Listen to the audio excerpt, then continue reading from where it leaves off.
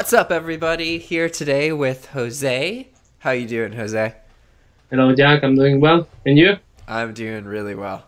And today we're going to be talking about dropshipping. Jose runs a YouTube channel, and so I want to learn more about what led to this happening and how you learned about dropshipping.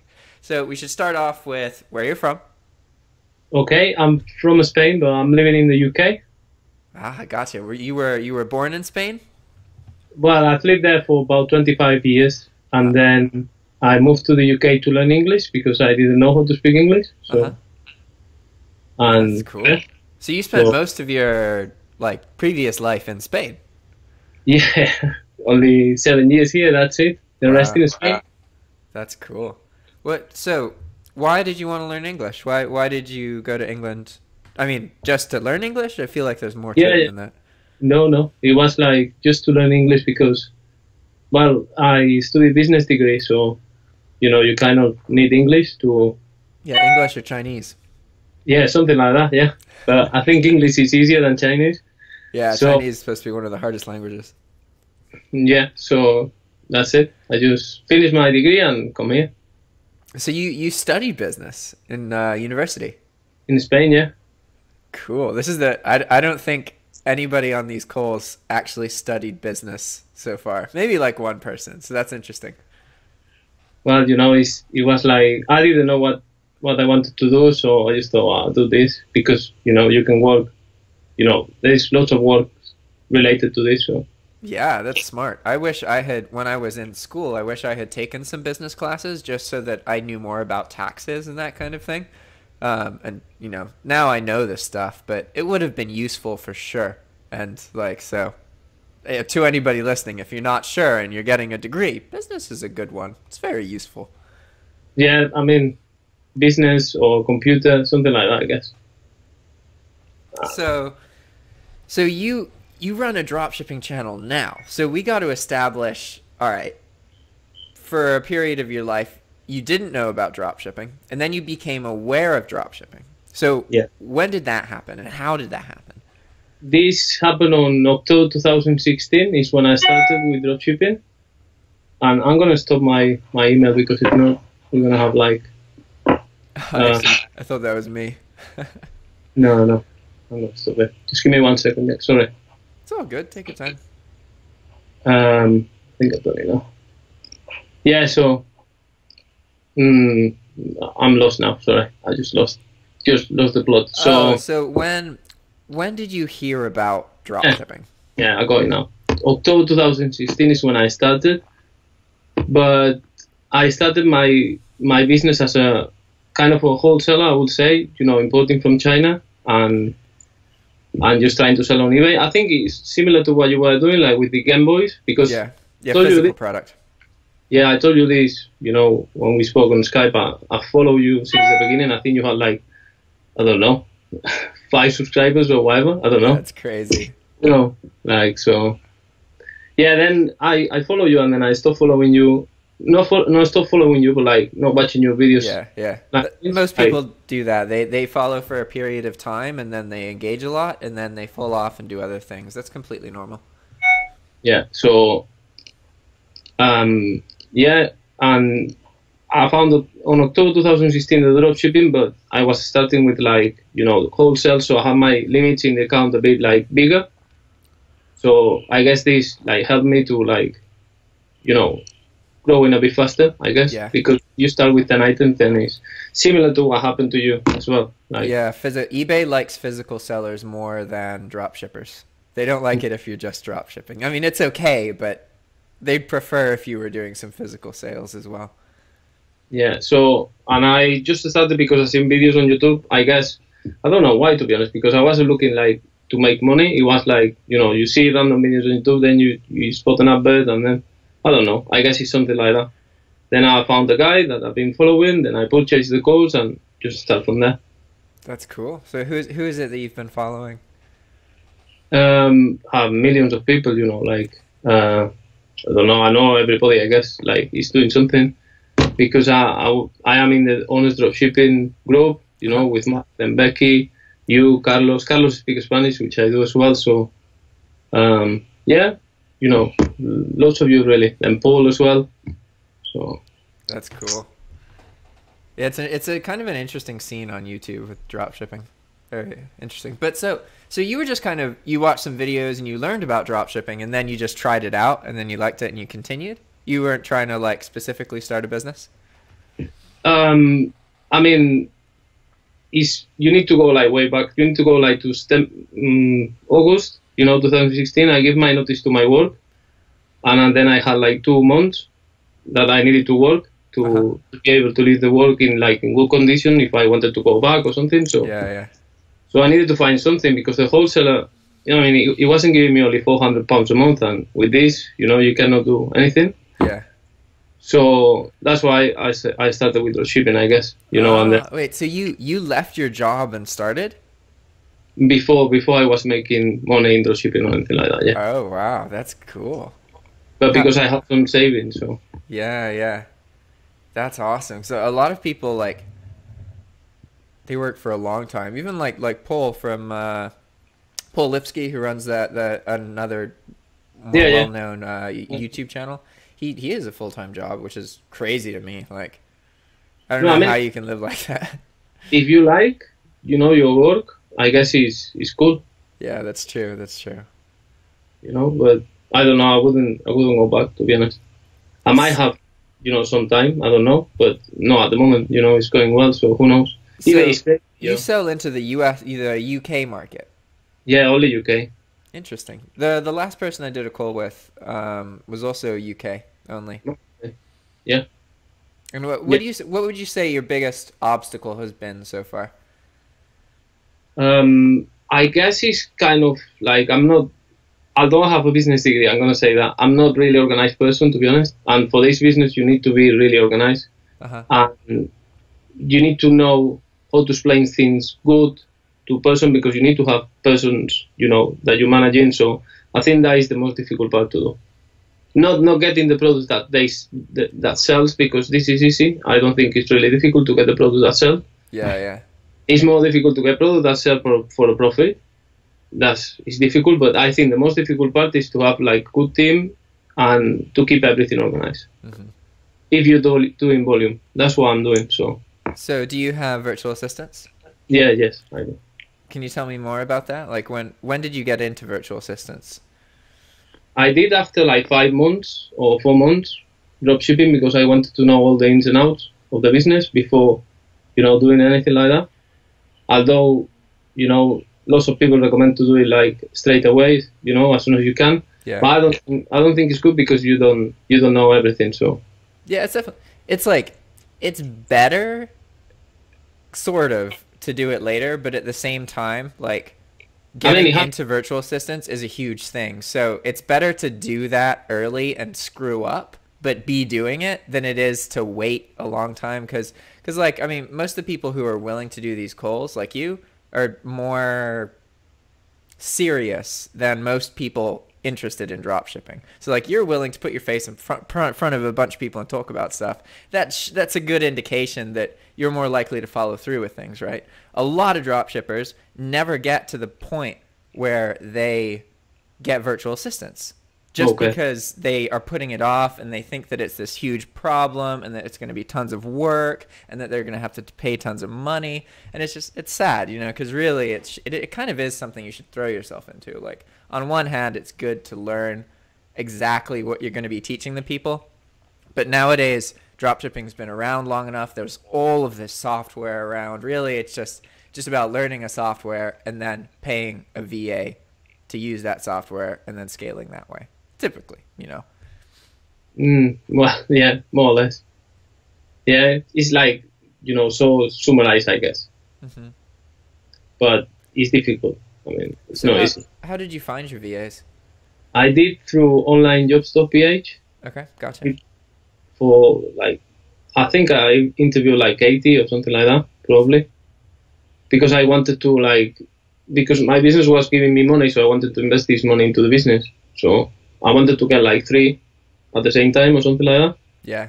Well, but you start with one, then you train, and then you start with another one. But you keep interviewing people, or I guess that's the way I did it, just to have more people on the pipeline if somebody's bad, and you don't like it. That's smart. And that way you don't have to rely on one individual, and if one person is sick or whatever's happening, then you have other people who can pick up the reins. So, but I also had a bad experience with them. Like I relied too much on one of them, and he kind of like let me down, and I went through a lot of struggle. So, in 2 months I had to recover, like putting my foot down again into my business and just making things happen again. Because I started with Shopify, because I had this kind of automate, so it was growing. But then 1 month I noticed that it was going down, so I checked the listings that my BAs were doing. I had this BA as a manager, and she was kind of like not checking properly the profits and some things that she had to Skipping do. steps. Yeah, and she was doing it when I was like, on top of her. But I guess when you let somebody go like this, sometimes it's difficult. So I had like 10K listings, I think, something like that. And then I just removed I went to the Hydra Lister, this software that you have on your description. And I removed everything that hasn't sold for like 59 days, and it was like 70% of my stock. So obviously the listings weren't that good. And I was paying so much fees, it was difficult. Yeah. So I took the decision to remove everything and start again. Interesting. So what do you do now for your listings life cycle? Like, how do you determine when to remove a listing? Or what do you do for that process? It's automated for me. I mean, I use AutoDS. Okay, gotcha. And they have like a monitoring thing where they remove a listing that hasn't been sold with certain parameters that you choose. So it's kind of automated. I mean, just put like the parameters that I think are good, and then just leave it like that. And I have a... Yeah, I gotcha. I've just gotten into using AutoDS recently, and I've done tons of videos with Lior. Like, we've done like 4, and then there's like 6 more coming out. So that's been really cool, because he has been so like, what I'm trying to do is show people that like, if you want to make a YouTube video with me, you can literally just schedule it. You don't need to communicate with me really, just schedule it and then we'll make it happen, right? And I want a whole bunch of people to just do that so that I don't have to think about videos to make. But Lior is really, he is like on it. He recognizes that, and he's got a product, so he's incentivized, and it's really cool. I've been having fun with those conversations. Have you ever talked to him? Yeah, I did talk to him, not on Skype, but like privately on Facebook. Yeah. Yeah, I mean, but I tried DSM Tool as well, and I tried SchoolGrid. So if I had to recommend any, I would recommend AutoDS. And why is that? Only for Amazon, yeah, because it's the only supplier that they use. I use other suppliers, but I recommend this one for Amazon because I think the monitor is the one that it worked the best for me. I mean, they check really quickly the items, at least every hour, and the price is not too high for this. So, and if you are shipping from Amazon, I think you need to have a good monitor, because if not, you're gonna get lots of out of stocks. Yeah. Amazon is notorious for price changes. So you need to have, a good one. Yeah, for sure. So when AutoDS is what you're using now, and you've used DSM Tool and SchoolGrid, what about in the very beginning? Because you started a year and a half ago. Oh, well, almost 2 years ago. So what were you doing in the beginning? I was using SchoolGrid and Hydra Lister. Gotcha. And it was painful. Yeah. Yeah, Hydra's was useful for the kind of dropshipping that I do, but nowadays it's a bit outdated. So the guy behind Hydra Lister, George, is making a new dropshipping suite, just kind of like the others, where it has a lister, repricer, and then various automation settings. I'm kind of excited about that just because I know the individual behind it, and he has a lot of integrity, and he's helped me out in the past, and he's a really interesting person. He's very knowledgeable. So I think that'll be a tool worth checking out, but it's not out yet. So it's a shame, for them, because I mean, I remember when I started, it was no AutoDSTool, they had everything. Yeah. It's crazy how, I don't know what to say. I was like, for me, it was incredible for me, like seeing a company like this just fall down like this. I don't know. It's just my opinion. I can share a little bit about, like, Hydra Lister and SchoolGrid or like the same company, but not really. They were separate companies owned by the same company. There was some kind of sketchiness in the inner workings of SkuGrid that led to them splitting up, right? So it's like there were some really good people behind that team, but not all of them, and so that held them back in some ways. I mean, I'm just explaining something that was so surprised for me. It was like, oh my God, look what happened. So, you know, you can have everything and then, I mean, I'm not saying they don't have anything, but, you know, you agree with me, like, it has super changed this. Now there is lots of softwares and you can get lost. Yeah. Yeah, you can. I did a video, well, I haven't published it yet, but I just did a 50-minute video going over. So I did a 2-minute video recently showing 34 different pieces of dropshipping software. And then I did a 50-minute video of the same thing, except going into detail about the different software that's available and all that. And it's crazy. Like, the fact that so I know of 12 all-in-one dropshipping listing suites that allow you to do repricing, listing, and some kind of product research to figure out what to post, and then have some kind of automation. 12! It's crazy! Like, there's so much available now. Yeah.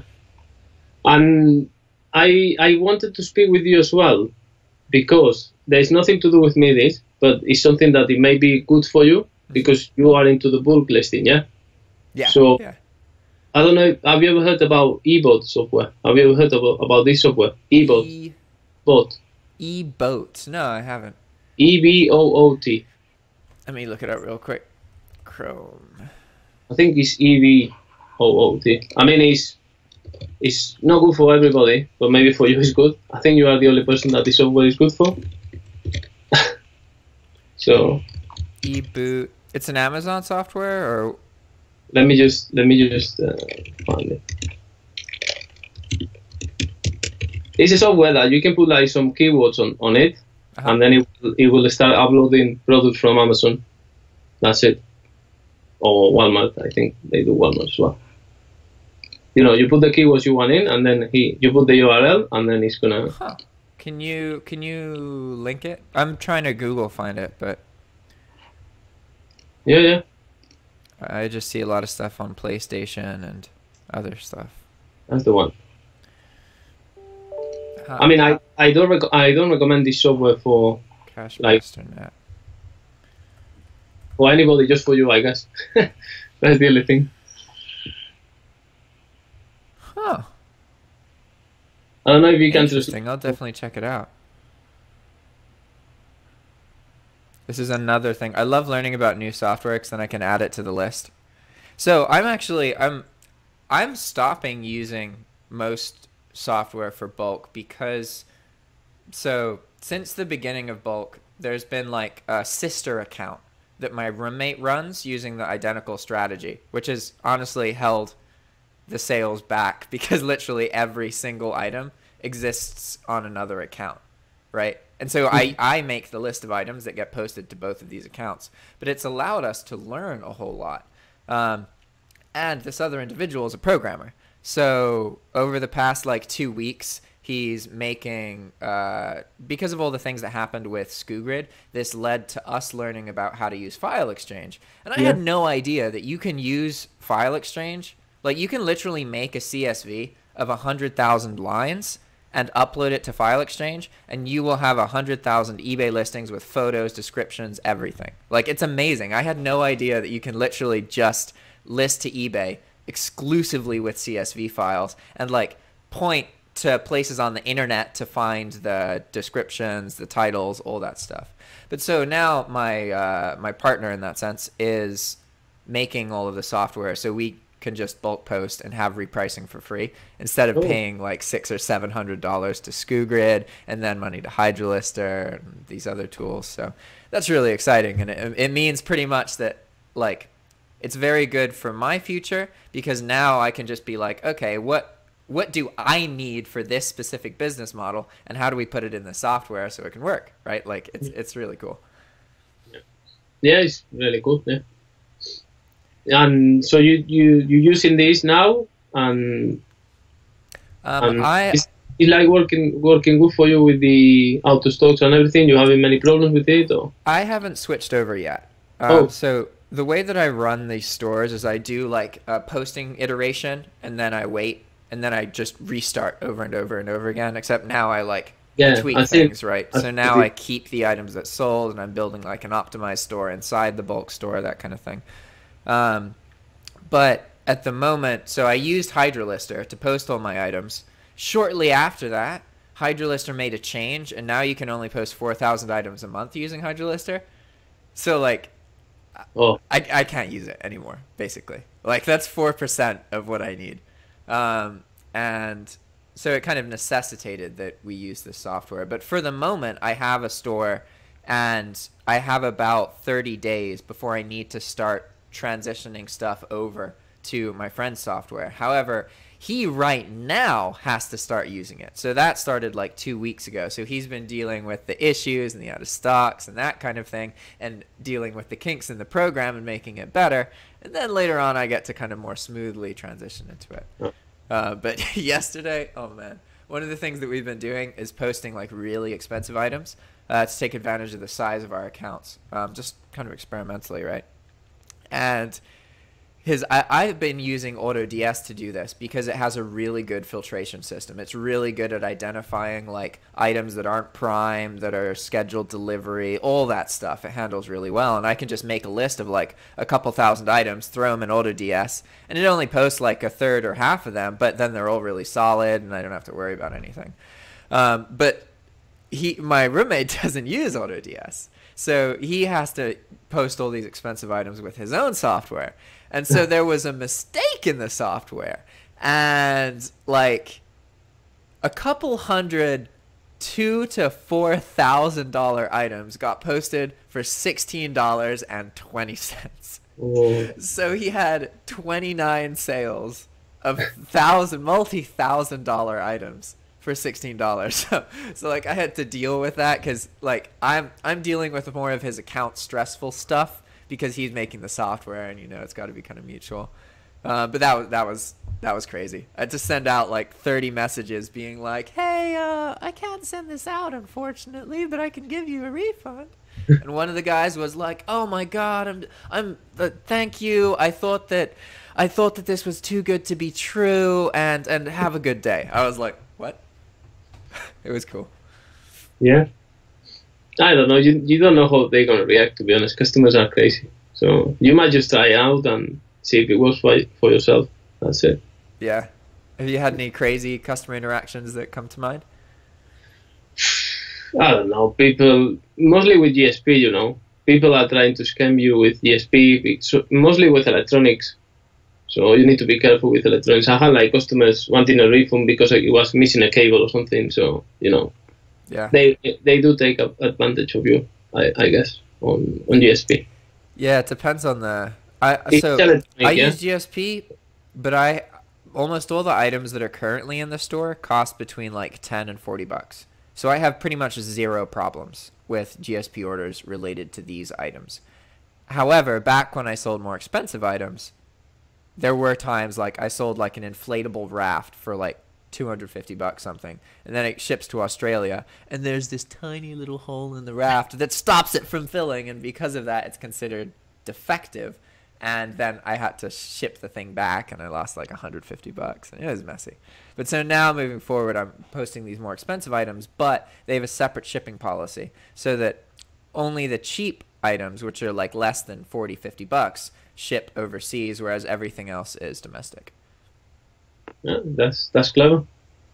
Yeah, I mean, my average item is like, I think it's £20 or £16, so I'm not selling like super expensive items. Mm-hmm. You don't need to, I guess. You don't need to sell like £500 items or whatever. It's just different strategies. It's definitely like, there is, when it comes to e-commerce, the vast majority of transactions that occur online are between like $5 and $30. So selling in that price range allows you to tap into kind of where most people are buying things. However, it's also most competitive, so it's not that simple, right? Because you can have the more expensive items, and there's less competition from them just simply because most people have limitations on their accounts. They can't post hundreds and thousands of, you know, $1,000 items. But at the same time, it's also a higher risk. You know, if you have these higher PayPal transactions going through and have a lot of chargebacks, PayPal doesn't like that, you can lose your account. So yeah, I mean, for me, that's my experience, yeah. I just think it's too much of a headache, you know, having expensive items. That's the only reason for what I'm doing. Even though I've been 2 years, I don't think I will have any problem with PayPal because I've been like, you know, 2 years selling good. I didn't have any problem with them. So I don't think they're going to say like, oh, you can't sell. No, I think they will say, okay. But I don't know, just working like this, so it's good.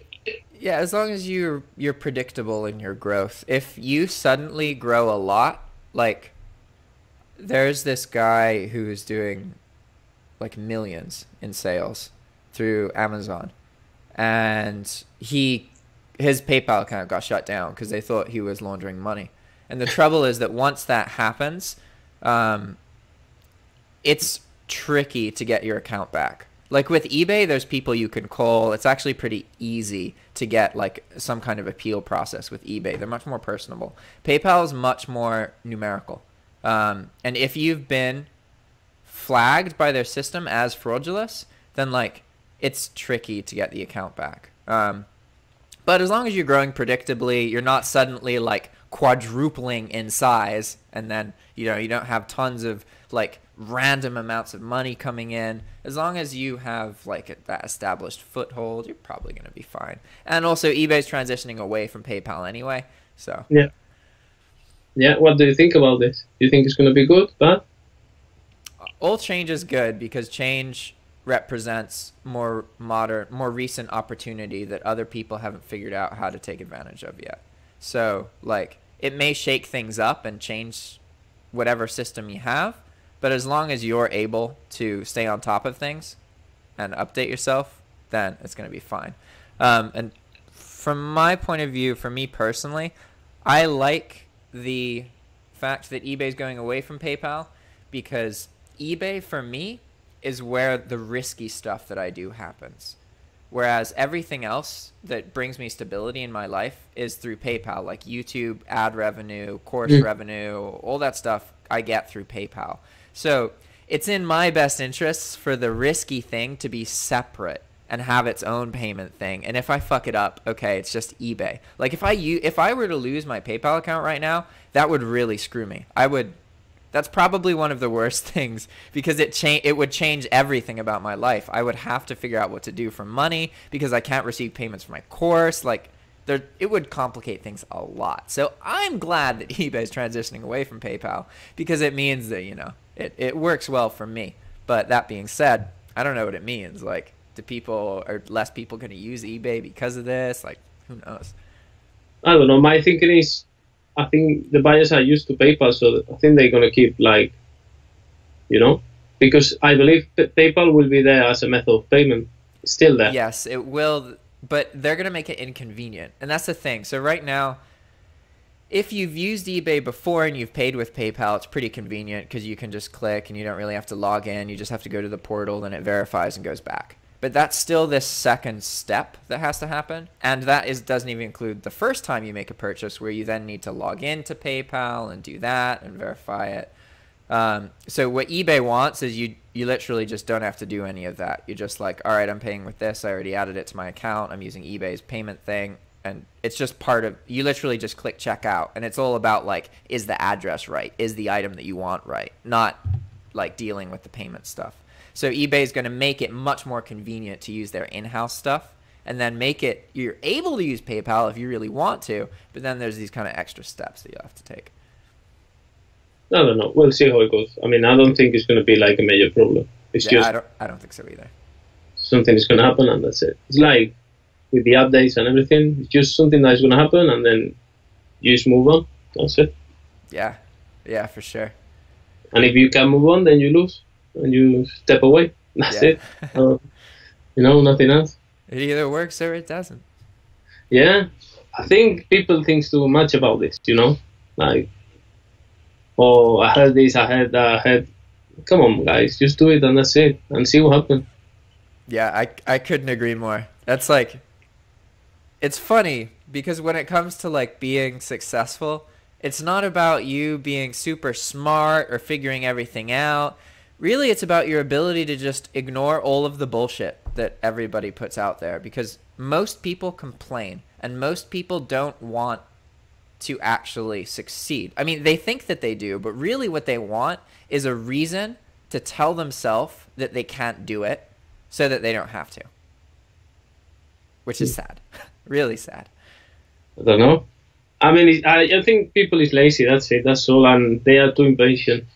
That's the other thing. I mean, I made on the first month. I think I made $400. That's it. But because I had my account, with limits, and I got a course, so I've done something to put myself in a good position. Yeah, dude, and even like, there's some countries where if you were earning $400 a month, that is a complete life-changing amount of money. Like, it's insane. Like in Nicaragua, $500 a month is what a good job is as a local.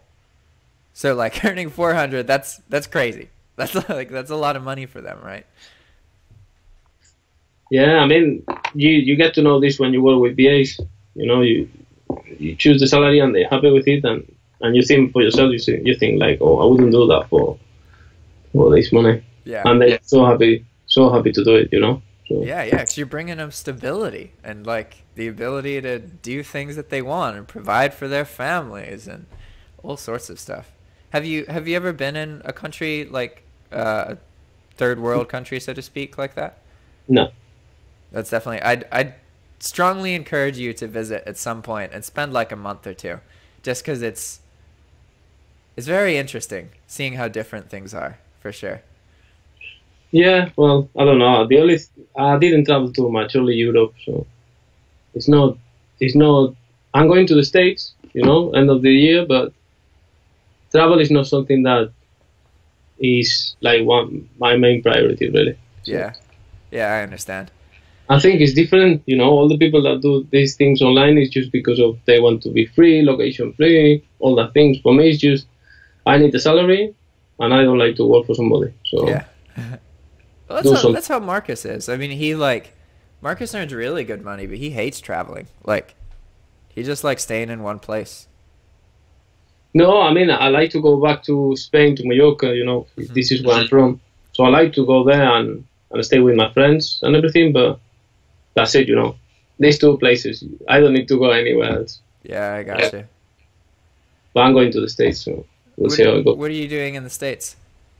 I'm going with my brother, a friend, and my girlfriend, and we're going, 10 days there. That's awesome. What areas? Going to Manhattan.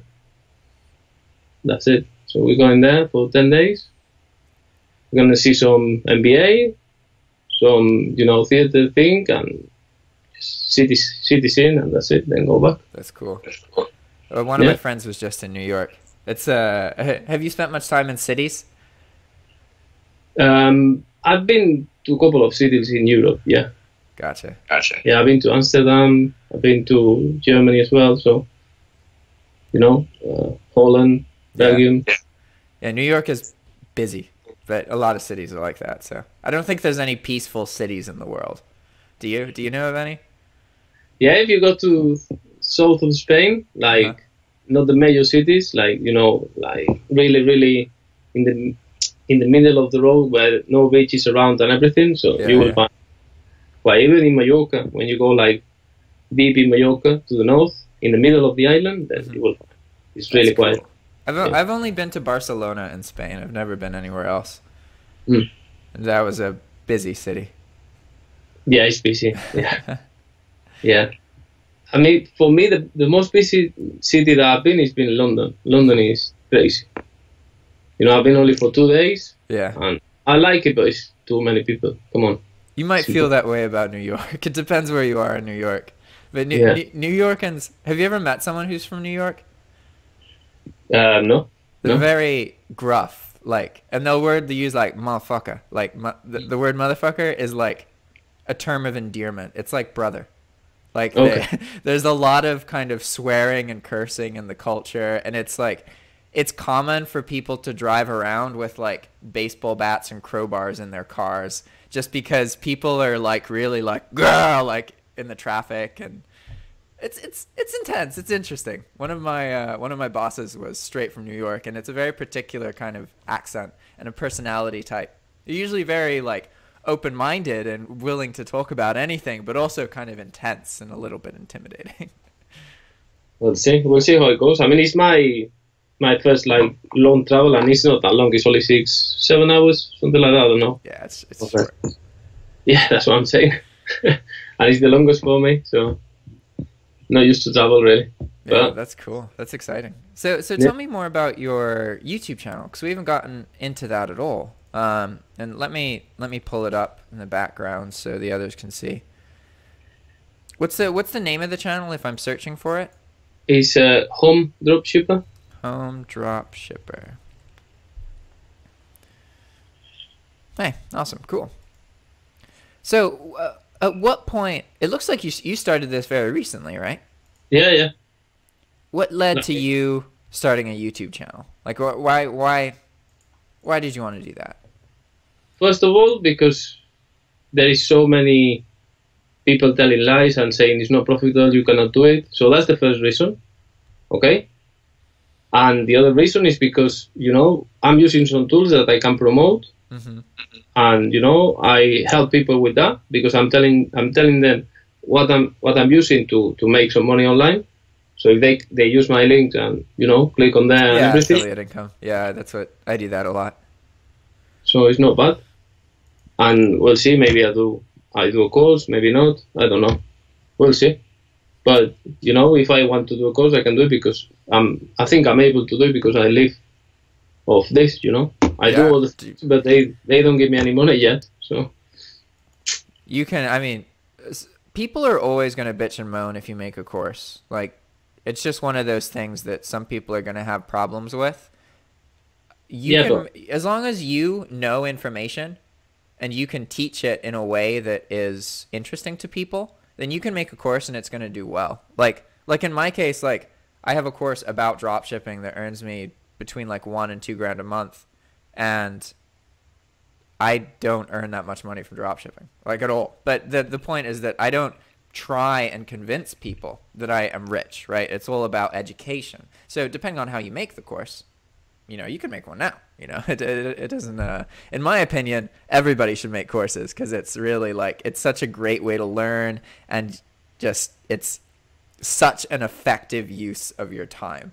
Like the amount of time it takes me to maintain my course is pretty much non-existent. Like I could be better about it and spend like 5 or 10 hours a month, and even that would be like that's like nothing. And it's amazing how little effort you actually need to put in to create a profitable course that then is reselling, and you don't really have to do much. Like most of the messages are just like, cool, thanks for the course. And then they have a basic question about like Walmart invoices or something, or like their business policy link not showing up on eBay. It's cool. I definitely recommend you checking it out. Maybe like you said, in time, because you're running a YouTube channel, it just naturally, like if you are used to making YouTube videos and you keep doing this, it is very beneficial to also have courses, because then you have the link in the videos and you get used to making the videos. So this means that you make the course videos better. You build an audience that likes you, and then they'll buy your content. It's a really good combination.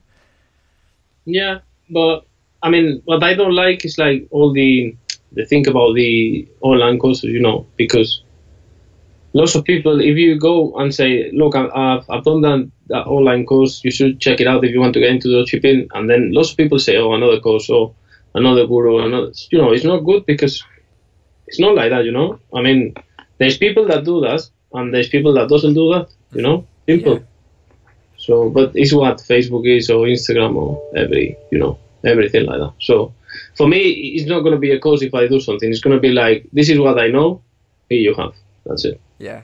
No? Yeah, that's how I feel about it, man. Like I don't try and convince people that they need to buy my course. They're either going to buy it or they're not going to buy it. I talk about it sometimes if it comes up, but it's important to me that I'm not pushing anybody, because there's so many out there who are doing that. That is how they make money. They push people to buy their courses, and then they don't care if the course actually helps them.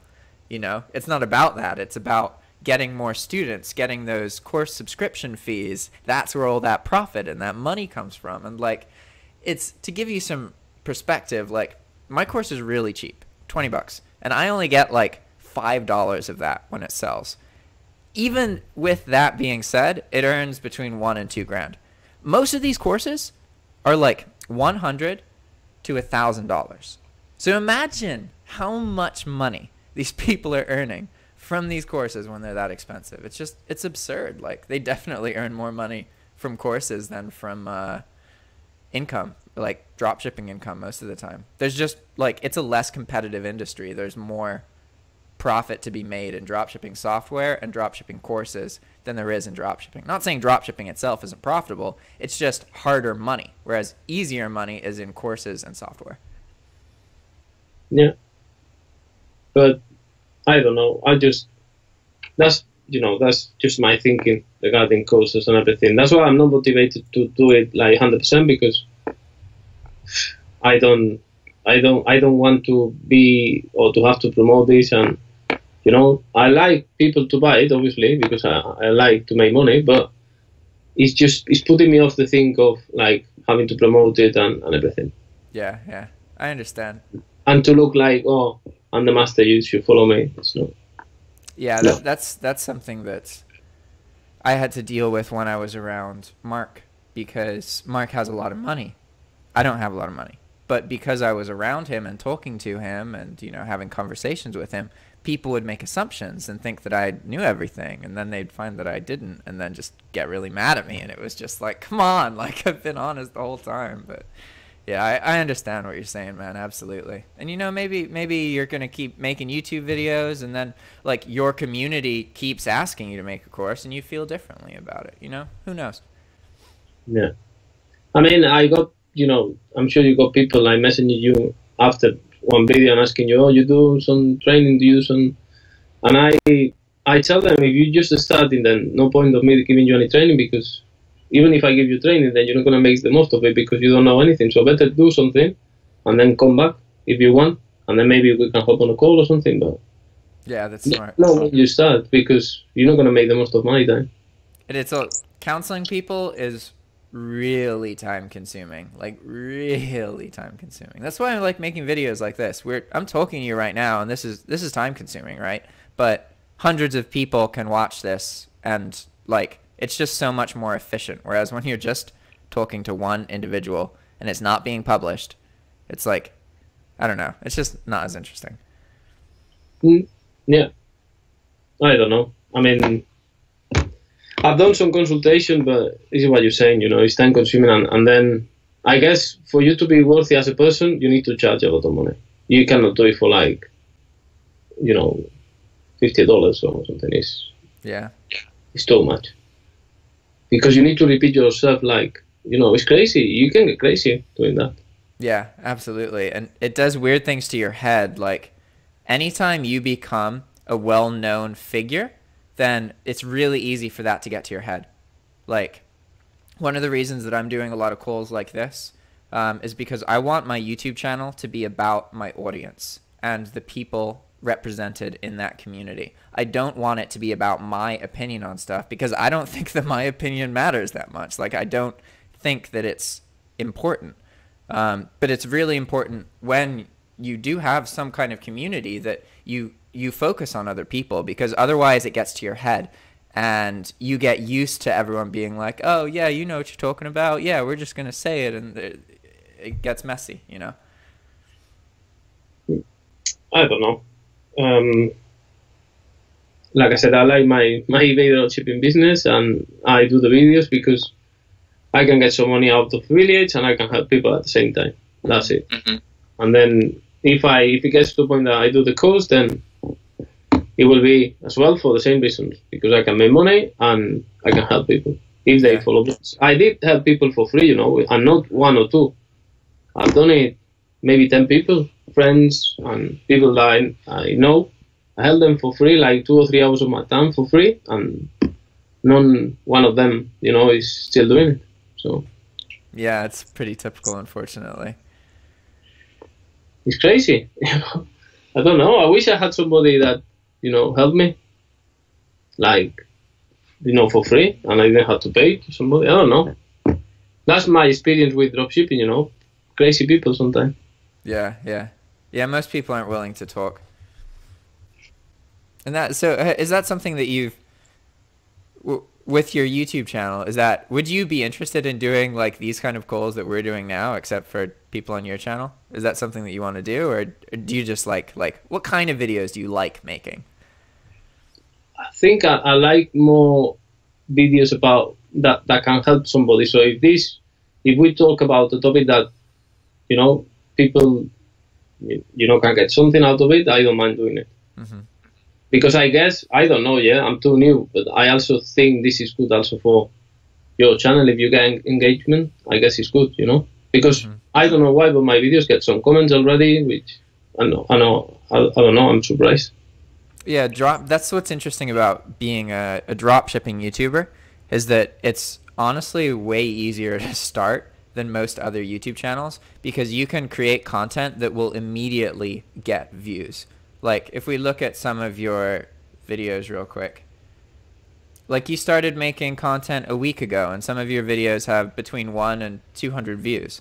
Like, yeah, that's really unusual for most YouTubers. It's unique to certain industries, and dropshipping is one of them. Oh, are you still there? Yeah, I'm here. Okay, cool. My image froze for some reason. And you've been uploading pretty regularly. That's really cool.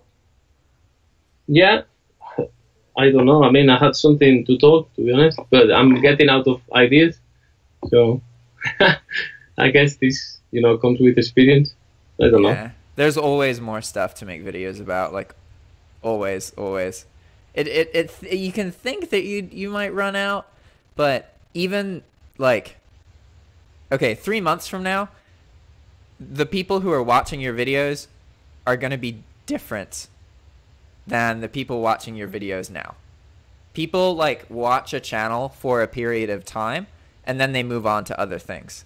So this means that you can effectively reuse content. Like there's multiple times where I've had to make a video, even though the video basically already exists, because somebody in my audience is confused about something, and they never saw the old video because they're a new member in the audience. So the video can be remade, even though I've already made something similar, right? And it's interesting learning how the audience works and how their perceptions work, and like what videos are relevant and all that. It's fun. Yeah, it's good, to be honest. I like it. It's good, but I don't know. It's kind of a hobby for me, really. It's not, I don't have like high hopes or anything like that. It's just it's gonna be there, and that's it. When I want, I will do video, and when I don't, I won't. That's perfect, man. Like, that is absolutely how it should be. Yeah. I don't know. And yeah, just trying to move to different things now. Just, doing something different on the internet, really. Not related to e-commerce, but, that's your goal? Yeah, I don't think e-commerce is like as passive as, because this is another misunderstanding, I guess, from people. They're gonna tell you, yeah, it's passive. You can go travel, leave your VAs, and that's it. They will do everything for you. Mm-hmm. Yeah, they might do for a week, but yeah, you have to build it that way. It's not easy. You need to be on top. I mean, for me now, I can either not work for 2-3 days, but then on the 4th day, I need to check what they're doing, because it's my business, it's what is giving me money. So, I need to know how it's going. It's going up, it's going down. Are my listings okay? Because I did that mistake before. So I don't think it's super passive. Whereas affiliate marketing is kind of super passive. Yeah, same with courses. It's way more passive. It depends on the course, because, like, if you have a cheaper course, people don't really expect you to engage. Like, whereas if you have a much more expensive course, like if your student paid $1,000 and you don't respond to their message, it's kind of, that's not good. Yeah. So, yeah, this is my plan. I don't know how it's going to go, but that's my plan. And in the meantime, if I find something else that I can talk of, in my YouTube that can help people to make money, then I will do it, like I'm doing with eBay. That's awesome, man. Yeah, I mean, it's something that I like from Mark, you know. I'm sure Mark holds something like in the videos, he's not telling everything he does for dropshipping, but he tells you everything you need to be successful, and then you need to figure out things for yourself, which is what happened to me. I did that course. It teach me like all the basics and everything, and then, you know, that's it. If you do the same that this guy is teaching to thousands of people, then you're probably not going to get different results than other people. Whereas if you work a bit on your eBay business and you think, oh, how can I do this better, or what can I do different, or just check all the YouTube videos like from people that is doing it, pick ideas, and then you start to move forward. That's it. So that's why I appreciate what Mark is doing, because he's putting so much content that if I knew it was before I paid for the course, then I probably wouldn't pay for the course. Mm-hmm. Yeah, that makes sense. Mark is in an interesting position because, like, he has a lot of experience. Like, he's been in the industry for a long time, and it was really cool being around him. And, like, I'm sad that things, like, I don't know. I really liked making videos with him, honestly. That was one of the most fun things on YouTube, was being around another YouTuber who, like, really wants to make videos. And, like, it was really cool. There was definitely a period of, like, 2 months that it was just awesome, and then stuff went south. But I learned a lot, and Mark's definitely a character for sure. And he has a lot of information, and his channel's solid. Definitely. Yeah, I recommend to anybody, you know, to watch his channel, your channel as well.